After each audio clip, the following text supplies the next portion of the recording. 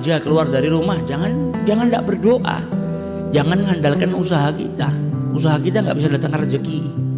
Yang datang rezeki Allah Subhanahu Wa Taala. Keluar dari rumah, baca doa, Bismillah ya Rob, saya mau keluar nyari nafkah buat anak istri saya.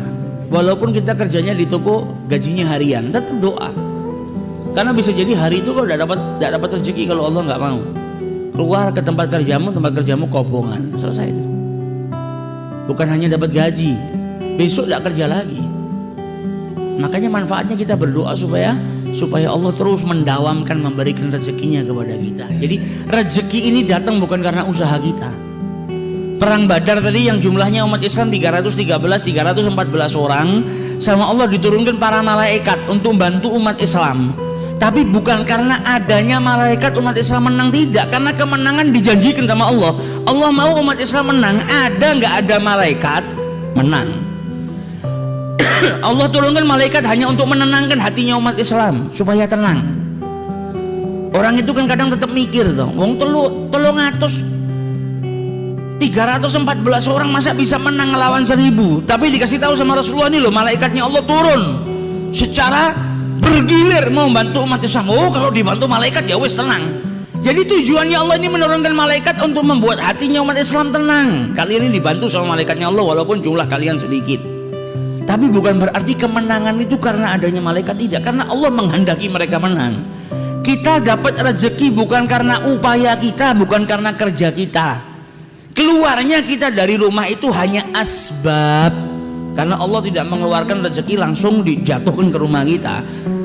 Asbab, kita layaknya manusia, ada ikhtiarnya, ada sebabnya untuk mengambil rezeki, ada skenarionya lah supaya keluar dari rumah ngambil rezekinya kita di luar rumah, kemudian dibawa pulang. Tapi bukan berarti ikhtiar kita dan asbab yang kita lakukan itu yang datang rezeki, tidak.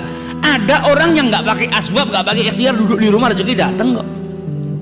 Kita pernah Pak, suatu hari pasti sering kita, bukan pernah, sering kita duduk di rumah nggak pakai kerja, nggak nyari makan, ada orang datang mencari berkat, ya kan? Berarti itu kan rezeki, nggak pakai ikhtiar, nggak pakai asbab. Ada orang datang nih, ada mitoni kayak ada berkah pengajian kayak dikirim ke rumah kita. Kadang duduk di rumah tiba-tiba ada tamu datang ngasih buah-buahan, padahal kita nggak ada ikhtiarnya. Nah ini rezeki daripada Allah Subhanahu Wa Taala. Yang terkadang kita diingatkan sama Allah, nih loh, kau nggak pakai ikhtiar saja, kalau Allah menghendaki kau dapat rezeki dapat. Tapi karena kita ini manusia ya harus pakai ikhtiar. Tapi bukan berarti ikhtiar itu yang datangkan. Tapi ada daripada kalangan hamba-hambanya Allah yang khusus nggak pakai ikhtiar, rezekinya didatangkan sama Allah Subhanahu Wa Taala. Nah kita nggak bisa, belum sampai derajatnya seperti itu, karena kita tawakal aja masih mikir kok. Tawakal sama Allah masih mikir, iya nek selamat nek orang selamat piye. Nah tawakalnya kita masih ragu. Lah kalau mereka tawakalnya luar biasa, jadi jauh derajatnya.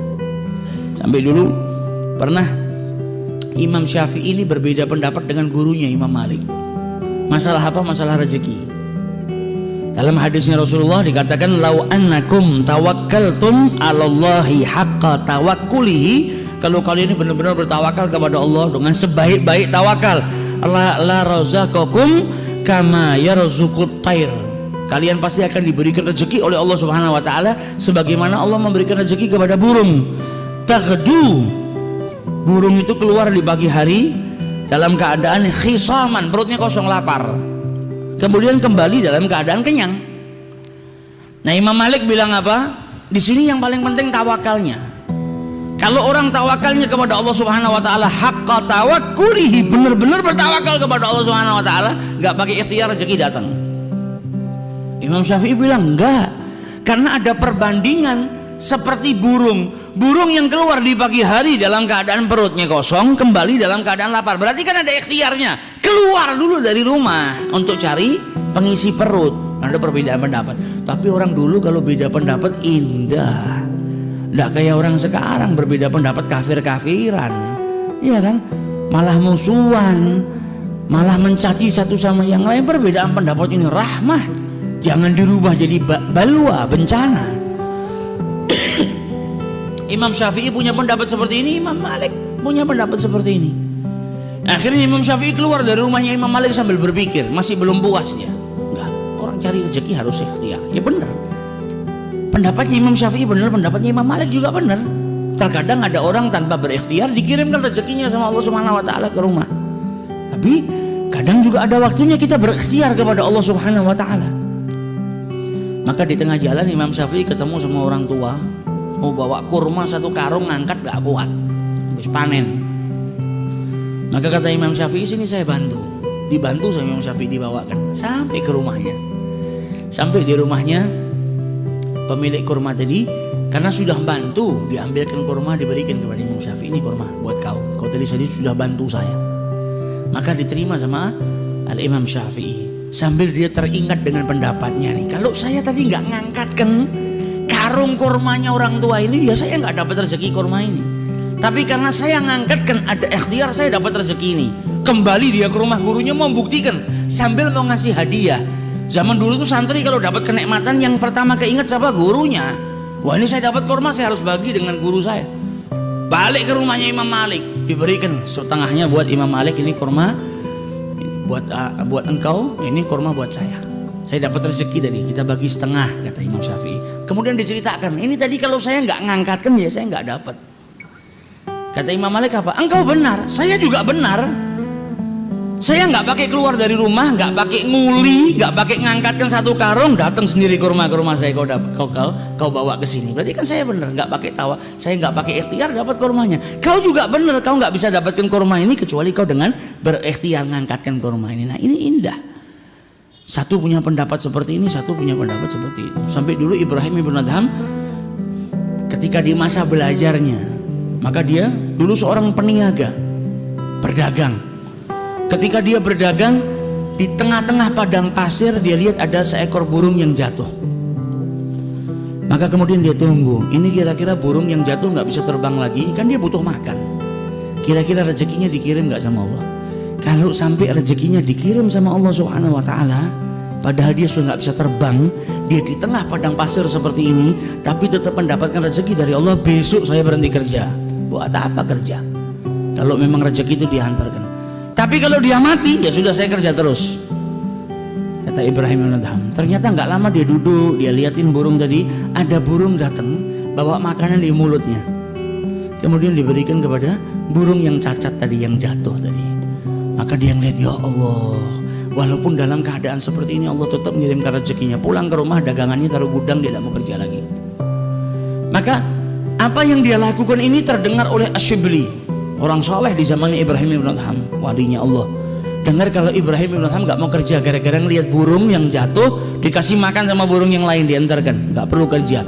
Maka didatangi sama Asyibli, ya Ibrahim, saya dengar Anda sekarang nggak mau kerja karena kejadian yang Anda lihat dia benar. Jangan, tetap kerja, ikhtiar. Loh, saya nggak perlu ikhtiar, burung tadi saja sudah nggak bisa terbang aja masih dikasih rezekinya sama Allah Ta'ala. Buat apa saya harus berikhtiar? Toh nanti Allah juga ngirimkan rezekinya ke saya. Kata Asyibli, ya Ibrahim, kenapa engkau malah memilih burung yang lemah, nggak bisa terbang, dan hanya menunggu rezeki yang datang dari burung yang dimasukkan ke dalam mulutnya? Jadilah engkau burung yang kuat, yang datang bawa makanan, memberikan kepada burung-burung yang lemah tadi yang tidak bisa terbang. Jangan milih yang lemah, milih burung yang kuat. Jadilah engkau saudagar yang kaya, yang bisa membantu saudara-saudaramu yang lemah. Nah ini yang diajarkan oleh Asyibli. Jadi ya yang seperti itu memang ada, tapi jangan kita milih yang lemah. Jangan milih jadi burung yang patah sayapnya nunggu makanan dari orang, tapi jadilah burung yang bisa terbang kemana-mana mencari rezeki dan kau berikan kepada saudara-saudaramu yang tidak mampu. Nah ini yang dia mau. Lebih baik kita menjadi burung yang kuat tadi, bisa membantu saudara-saudara kita, daripada menjadi burung yang lemah. Jadi tawakal dan juga ikhtiar. Nah kalau para wali-walinya Allah, kita nggak sampai derajat ke sana. Zikir stino status toh mau nggak keluar rumah rezeki datang, nggak ada. Yang nggak datang akhirnya omelan istri kita. Jadi lanang nang omah tok ora tau metu. Akhirnya sarapan kita omelan, makan siang kita omelan.